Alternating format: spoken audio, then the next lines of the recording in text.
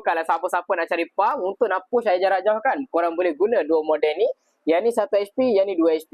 Nak tolak air jarak jauh kan? Okey, so korang kena guna model jet macam ni. Contoh nak ambil air sungai, nak ambil air kat tangki ke, nak ambil air kolam kan. Korang nak tolak air jauh, nak sedut air kat perigan, nak tolak air jauh. Alright, dia kena guna yang model macam ni. Yang ni untuk model jet yang 1 HP, dan yang model jet yang 2 HP. Alright, ni contoh kalau macam model dia macam ni, dia body panjang macam ni kan, dia untuk tolak jauh lah. Dia ada 1 HP dan juga 2 HP. Kalau 1 HP ni, dia boleh pergilah lebih kurang dekat dengan, alright, 300 meter ke 400 meter macam tu. Kalau untuk yang 2 horsepower, dia boleh pergi sampai dekat dengan 500 meter lebih, tapi tak lebih daripada 600 meter lah. Beza kelajuan air dia, kalau untuk model ni kan, 2 HP dapat terair 5,700 meter. Kalau untuk model yang 1 HP pula, dapat terair lebih kurang 3,600 liter per jam. Ni untuk dua model lah.